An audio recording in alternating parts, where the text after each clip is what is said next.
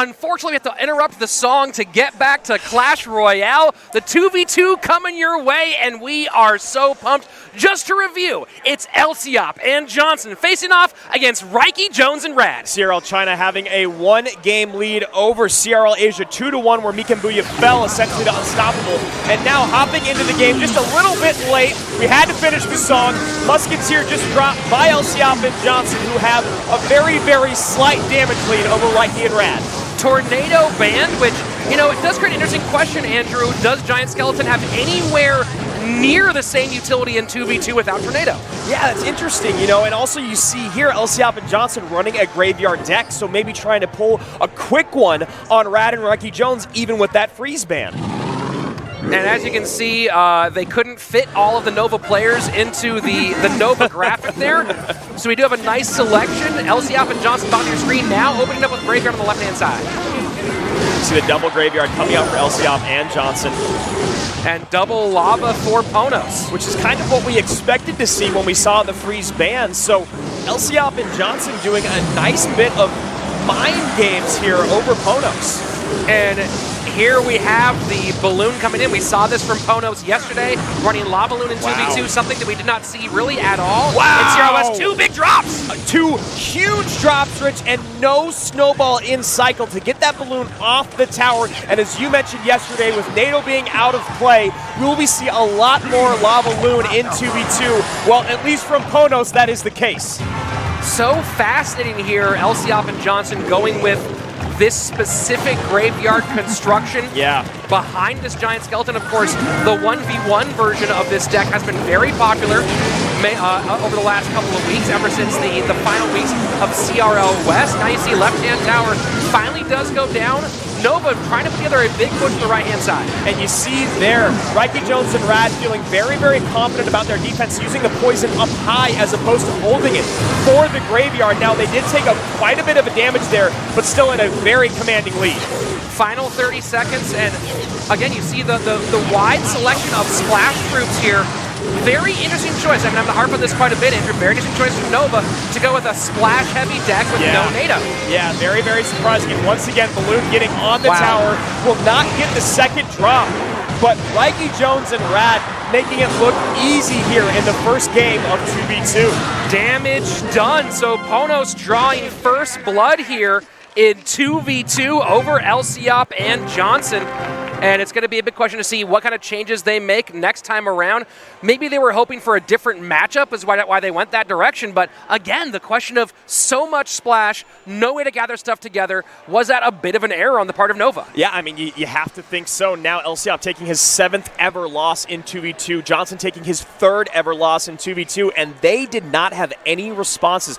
With NATO being banned, every single 2v2 squad has to think about Lava Loon. That balloon has been devastating today. It was devastating yesterday. PONOS playing that absolutely perfect. Well, again, they also had very little single target damage to deal with the balloon when it did get across. So they could try to splash it up a little bit, but it's not going to stop that balloon getting to the tower. We saw 2 big drops. That was it. Yeah, you saw the Ice Wizard. You saw the Baby Dragon. The balloon not being able to be stopped, even with the snowball in hand of one of the Nova players.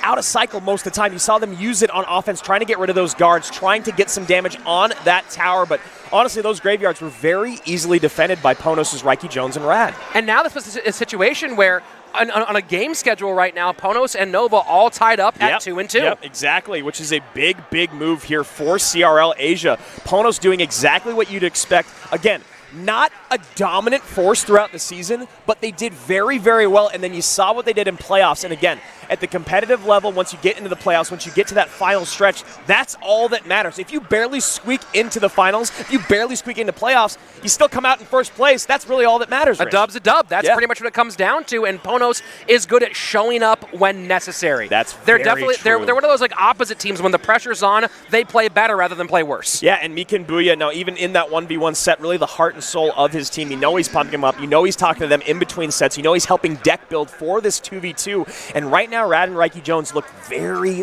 very good. Very clean defense, very effective offense, and also very calm play throughout. Not really losing their cool or ever making risky plays, if you will. Well, that's something that's also really important to think about with PONOS, and this goes back throughout their history, is you talk about being calm, not losing their heads. That's standard for this Japanese squad. Yeah, so here we go. Game 2 of 2v2 on its way. You see Xi'an and Johnson sending in a miner, picked up by the Dark Prince of PONOS, Reiki Jones and Rad. Early Goblin Cage for Xi'an and Johnson, and you know, you ought to be wondering if they're running double Goblin Cage by any chance, being so comfortable throwing that one out at that stage. And now definitely going with a faster deck for Xi'an and Johnson this time around than that big splash heavy deck we saw last time out. Yeah, the Brawler there getting in a few big hits on the tower. Xi'an and Johnson first out to strike, but a decent amount of Elixir on the field. 10 Elixir on the field coming down for Reiki and Rad. Giant, not the most popular card to play in 2v2, but we'll see what the Japanese squad can do with it here.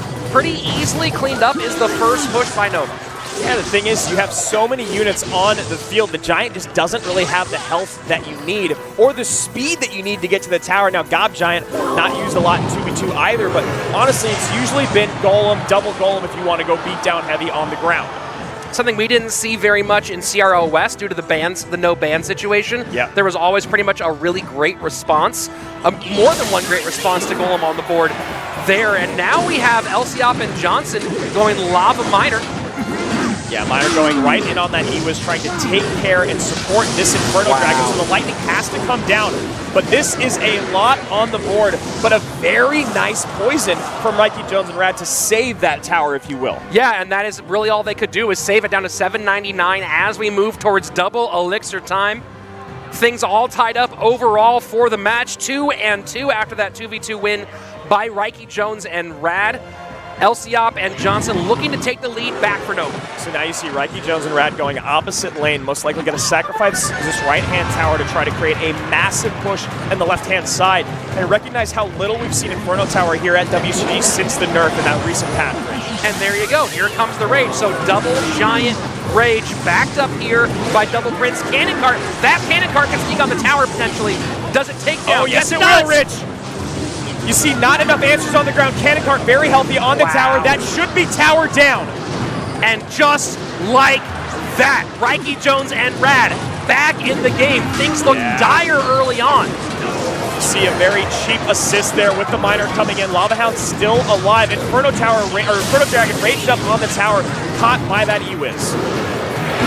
Final 19 seconds, and just choosing to load up again on this same side, hoping to get that tower down without having to spend extra value on their spells and still get value on King Tower. So now it looks like Reiki Jones and Rad may be taking control of this game as we go into sudden death. To be honest, Rich, I actually don't really love how much they just committed to that left-hand lane with only 8 HP on the tower. Going for the 3 crown this early on does seem a bit reckless, a bit desperate, but let's see if it pays off for PONOS. Miner to the back, Musketeer there to take him out as quickly as possible. Giant Snowball comes down, does not get all the pups, but still mitigates a lot of that damage. 1993 on the left-hand side, also a pretty decent music for American hip-hop.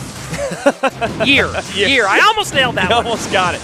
And you see here, that E-Wiz bring that tower down below 2,000, or right above 2,000 HP. Once again, Reiki and Rad overloading on the left, trying to go for the 3 crown. I still don't love this play, Rich. And the Poison Baby Dragon combination should do enough. Giant does get one swing, and now things are close, but Xi'an and Johnson have taken the lead in both lanes. We see a pocket lava here. No, they're gonna start to create a large push going for that 3 crown. And I would not be surprised to see Reiki Jones and Rad really go heavy left-hand lane right now, trying to take advantage of this push moving the right-hand side. Although that support Baby Dragon in the middle now goes to stop the push on the left-hand lane. Yeah, Rich, I mean, they made their bed. Now they have to lie in it. They're going for the 3 crown. They've been going for it for the last minute of gameplay, but a lot coming down the lane here for Xi'an. And the Lava Hound takes a turn to the left and is raged up. Reiki Jones and Rad in a bit of trouble. Nice work with the Prince and E-Drag to really save themselves from a bad situation. Skeletons pick up the Prince. We have 1:28 left in sudden death overtime. And now the question becomes, can either team actually break through? And do you start playing for the draw rather than for the win? Yeah, and if you are Xi'an and Johnson, you need to go for that win. Cannon on the tower, raged up. Late Miner comes in. And that lightning just drops the cannon cart right in the same spot. Doesn't get it off tower. So now we're in a situation where Reiki Jones and Rad can strike in either lane. Same thing with Xi'an and Johnson putting pressure on the left-hand side. Lumberjack Ewiz on the King Tower. 55 seconds left. Rich, I take back what I said. Xi'an and Johnson just need to survive at this moment. Wow, that Ewiz stayed on for a long time. You get a Miner in there, you get a Lightning in with the poison and maybe a log, and you can take the 3 crown, but they gotta focus on defending the King Tower at this moment. We might see Cannon Cart rage in the right-hand lane here, Andrew, from Reiki Jones and Rad, trying to steal the lower tower, so we'll see. Do they go for the 3 crown? Here we go. They're loading up left out on the right-hand side. Reiki Jones and Rad have to defend this Lava Hound as well. A lot of ground units on the board. Cannon Cart should connect. There it is. This should be. Will it be? My God, this might be it. No! They need spells, Rich. They got lightning. There's the lightning. Just need another poison. They need a log to come in to take this. Snowball there goes it in! is! Reiki Jones and Rad go 2-0 to start off this best of 3. Not best of 3, this 3-game set against Nova. Only 105 remaining on the King Tower, and honestly, they could have gotten there with the spell damage, not able to make it in time. So much pressure coming from PONOS, so much pressure on the ground specifically. Xi'an and Johnson did not have the answers they needed, and you love that raged up cannon cart play. You called it, they played it. PONOS on top. Yeah, as soon as you saw them start to load up on the left-hand side, defending against that Giant push, we talked about how Giant may be a little bit smaller, but then there's the value of it's only 5 elixir. And at that stage, they forced defense on that side. You saw them go, you saw Nova going Lava Hound, Baby Dragons there in the middle. That opened up a whole lot of options in the right-hand lane. And we've talked about this time and time again, whether it's been here yesterday or during the regular season. Lava Hound so very effective in 2v2. However, it's a slow-moving unit that needs a lot of utility around it. You need support units. You need units behind it to create DPS. You need the Miner on the tower to tank those lava pups. There's so many moving pieces where if you're getting a lot of pressure defensively, you cannot commit more elixir to offense, and that's exactly what happened to Xi'an and Johnson and Nova Esports. That was, I think, my favorite 2v2 game so far of World Cyber Games. That was beyond the game, Andrew. Sing it with us now. Beyond the game. Now, Xi'an and Johnson trying to bounce back. We talked about Nova sweeping in sets. Now they're in a position where they may get swept by PONOS, who has shown time and time again that they may have some struggles in 1v1 head-to-head from some of their star players, but 2v2, whether it's Tengad and Mikan, whether it's Reiki and Rad, they are a dominant force all over the world. And that's important to note here that with that game win, PONOS does have the game advantage. They're up 3-2 on Nova. That's very true, and they also have now taken the lead in games overall. Now, obviously, CRL West not competing today, and the first showing from CRL China, but as of this moment, CRL Asia is in the lead. That's a big, big win. Now, the question here is if PONOS takes this 3-game sweep, do we see Xi'an say, put me in, I'm going to close things out in that 1v1? Put me in, coach. I can do it at World Finals. I can do it at the World Cyber Games. And here we go, Lava again for Xi'an and Johnson. And a quick Royal Giant Skeleton push, left-hand side for Reiki and Rad. Royal Giant Skeleton being the meta early on in the season. Then things changed up with Lava Hound, things changed up with Graveyard. But right now, you're seeing why it's so effective. Everything about this push is going perfectly for PONOS right now. E-Drag just ruined that Inferno Dragon. And then the Giant Skeleton coming back all the way to that Lumberjack. Huge opening play from Reiki and Rad. And look at what happened on the opposing side, Rich. One Inferno Tower cleans up everything, and as we just mentioned, not enough elixir in the hand of Nova Esports to support that Lava Hound push, and they end up going down below 800 HP on their left-hand tower. You know, you said, look what happened. I was going to say absolutely nothing, Andrew. Nothing happened on the right-hand side. That is very, very true. Miner coming in to get on that Musketeer, trying to put something together, is Xi'an and Johnson. Giant Snowball forced out for Reiki Jones and Rad. They're still going to take a lot of damage here on the right-hand lane, but returning in kind. This is a nearly unanswered Royal Giant. The Lumberjacks just have not been effective so far against the big cannon-carrying dude. Yeah, and right now, Xi'an and Johnson barely having more HP on their towers combined than Reiki, Jones, and Rad have on their top right. Mini P.E.K.K.A. will not get a swing on the tower, but does take care of that. E-Wiz heading into double elixir time, and so far, PONOS looking like they might take a 3-game straight sweep in the 2v2 set. Yeah, very, very nicely played. Giant Skeleton up front. Xi'an and Johnson just not having any great answers to this Royal Giant that should take the tower with ease right now, Rich. I mean, it looked like there's almost one player playing for Reiki, Jones, and Rad on the right-hand side of the screen. Only 3 units dropped and tower down. This is absolutely wild, and you know, it feels like Nova's being surprised right now to a similar level of what PONOS did at World Finals in the opening set against Immortals. That's a very, very strong point. Right now, 2 towers down, a 3-crown coming in. That is insane. You see the snowball to King. Yeah. Xi'an and Johnson just want to stop the bleeding. Yeah, please let us out of this set, guys.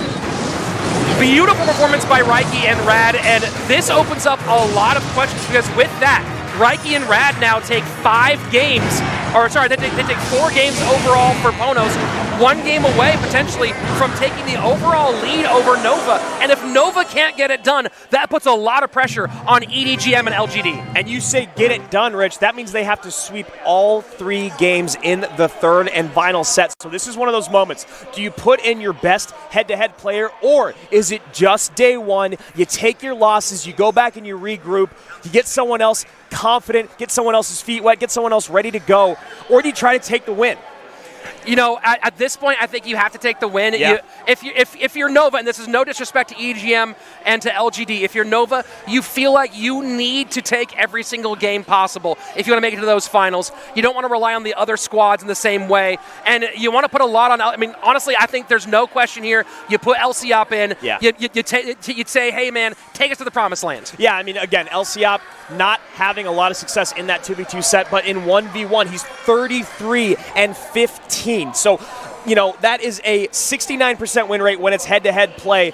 On the other side of it, who's going to come out for PONOS with a bit of a cushion right now, only needing 1 win to take the overall game weight here in this first match of the day. And you talked about the other CRL China teams. If they're looking at what's happening to Nova right now, they've got to be a little bit nervous about what CRL Asia is bringing to the table. And there's a bit of an argument here that PONOS of the 3 CRL Asia teams is the weakest in a way. I think that's a spurious argument. Yes. But they don't have the standout guys like KK and Benzer, yeah, who have been really like super duper all-stars this season. But we just saw a big part of why they're here, and it's that they play 2v2 maybe better than anyone in their region. And look, if you sweep 2v2, you only need 1 win in either of your 1v1 sets. So PONOS may not be the strongest team, which I completely disagree with, but look at what they're doing right now. It is unbelievable. We'll be back in just a minute, and we'll find out who's coming out in this final 3-game series.